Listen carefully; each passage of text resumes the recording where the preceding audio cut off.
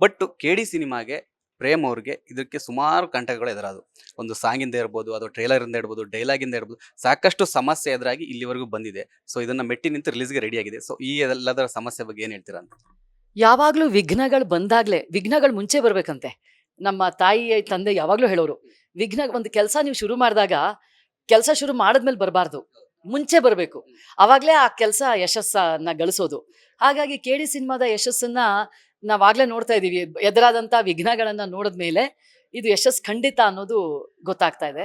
So ಅದೆಲ್ಲದನ್ನು ಮೆಟ್ಟಿ ನಿಲ್ಲುವಂತ ನೋಡಿ Prem sir ಅವರ ಕೆಲಸವನ್ನ ನಾವು ಕನ್ನಡಿಗರು ನೋಡ್ಕೊಂಡು ಬರ್ತಾ ಇದೀವಿ, ನೋಡಿದೀವಿ. ಇವತ್ತಿಗೂ ಕೂಡ ಅವರು ಕೊಟ್ಟಿರುವಂತಹ ಸಾಹಿತ್ಯ ಹಾಡುಗಳನ್ನ ಯಾರು ಅದನ್ನ ಟಚ್ ಮಾಡೋಕ್ಕೂ ಆಗಲ್ಲ. ಆ ರೀತಿಯಾದ ಭಾವನೆಗಳನ್ನ ಇಟ್ಟು ಇವತ್ತು ಕೂಡ ನಮಗೆ ಒಂದು ನೋವಾದಾಗ, ತಾಯಿ ಅಂತ ಅನ್ನಿಸ್ದಾಗ ಪ್ರೇಮ್ ಸರ್ ಹಾಡುಗಳಿಗೆ ಹೋಗೋದು ಟಕ್ ಅಂತ.